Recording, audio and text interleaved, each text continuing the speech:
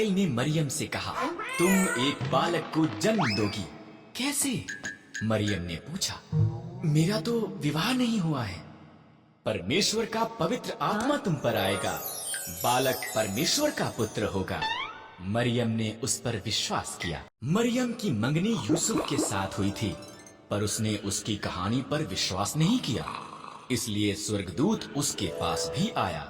मरियम झूठ नहीं बोल रही है, उसका बालक परमेश्वर का पुत्र होगा, तुम उसका नाम यीशु रखना। कई महीने बीत गए, तब वो बैतलहम यूसुफ के शहर में सरकार के पास नाम लिखाने के लिए यात्रा करके गए। उस लंबी यात्रा के बाद मरियम के जन्म देने का समय आ पहुंचा। बैतलहम में सभी सभाएं भरी हुई थी। इस तरह से परमेश्वर का पुत्र एक अस्तबल में पैदा हुआ, कपड़ों में लपेटा गया और एक घास के बिस्तर पर रखा गया। उन्होंने उसका नाम यीशु रखा। उस रात को एक स्वर्गदूत बैतलहम के निकट पहाड़ियों में कुछ चरवाहों पर प्रकट हुआ।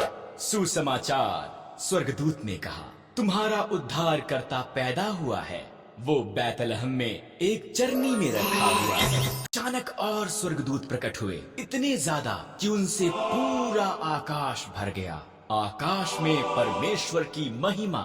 उन सब ने गीत गाया, पृथ्वी पर उन मनुष्यों में जिनसे वो प्रसन्न हैं शांति। जब स्वर्गदूत चले गए, चरवाहे जल्दी से बैतलहम के लिए निकले।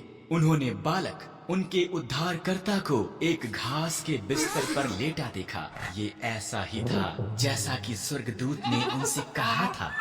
चरवाहों के यीशु को देखने के बाद वो शहर में से होकर गए। वो बहुत उत्साहित थे। उन्होंने जो हुआ था वो सबको बताया और उन्होंने परमेश्वर की उस सब के लिए जो उसने किया था